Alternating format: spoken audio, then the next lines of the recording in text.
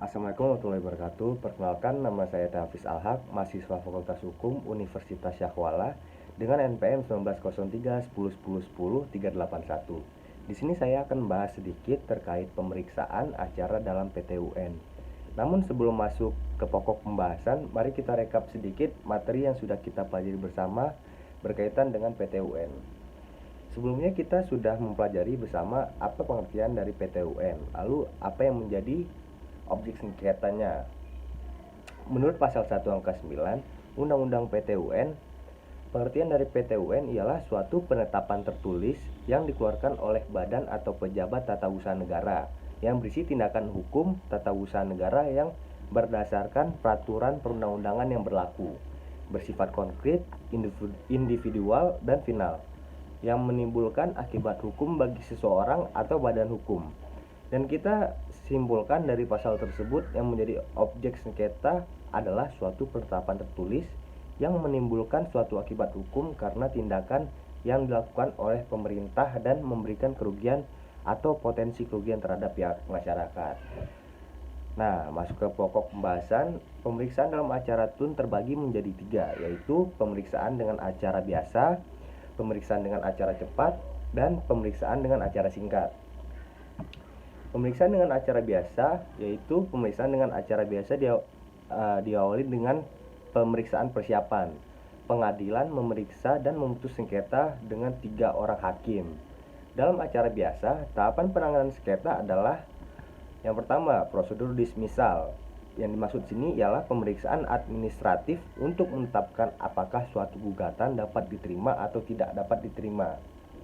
Lalu yang kedua, pemeriksaan persiapan. Tahap ini dimaksud untuk melengkapi gugatan yang kurang jelas. Lalu yang ketiga, pemeriksaan dilakukan di sidang pengadilan. Masuk ke pemeriksaan dengan acara cepat. Pemeriksaan dengan acara cepat dilakukan apabila terdapat kepentingan penggugat yang cukup mendesak, yang harus dapat disimpulkan dari alasan-alasan permohonannya. Penggugat dalam gugatannya dapat memohon kepada pengadilan supaya pemeriksaan sengketa dipercepat.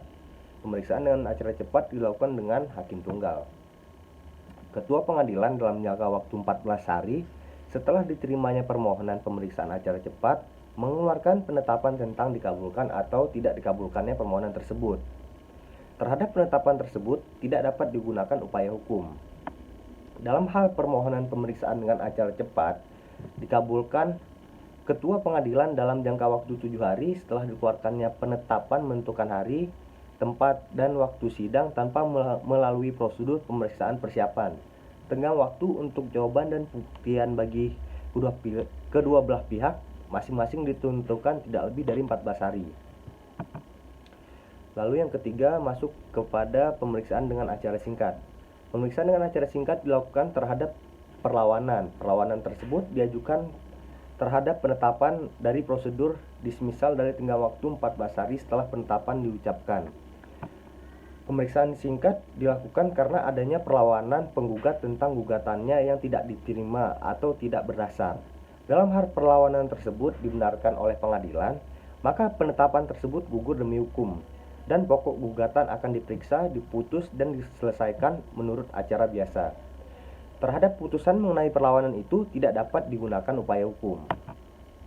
Nah, dari tiga pemeriksaan acara tadi bisa kita simpulkan bahwa terdapat beberapa perbedaan yang sangat signifikan ya.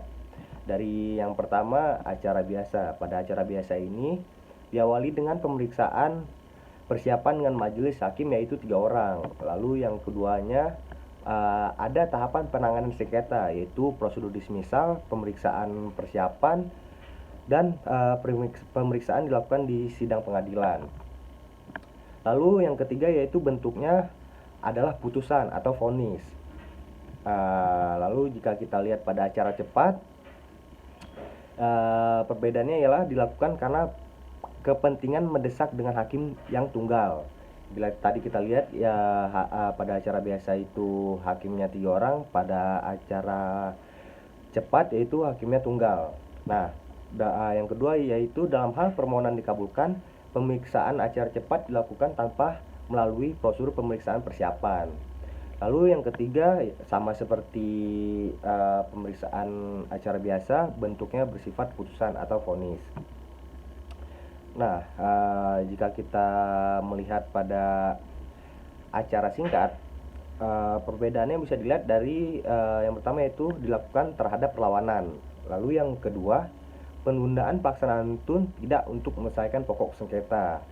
Dan yang ketiga yaitu berbeda dari dua yang lainnya, bentuk akhirnya bersifat penetapan.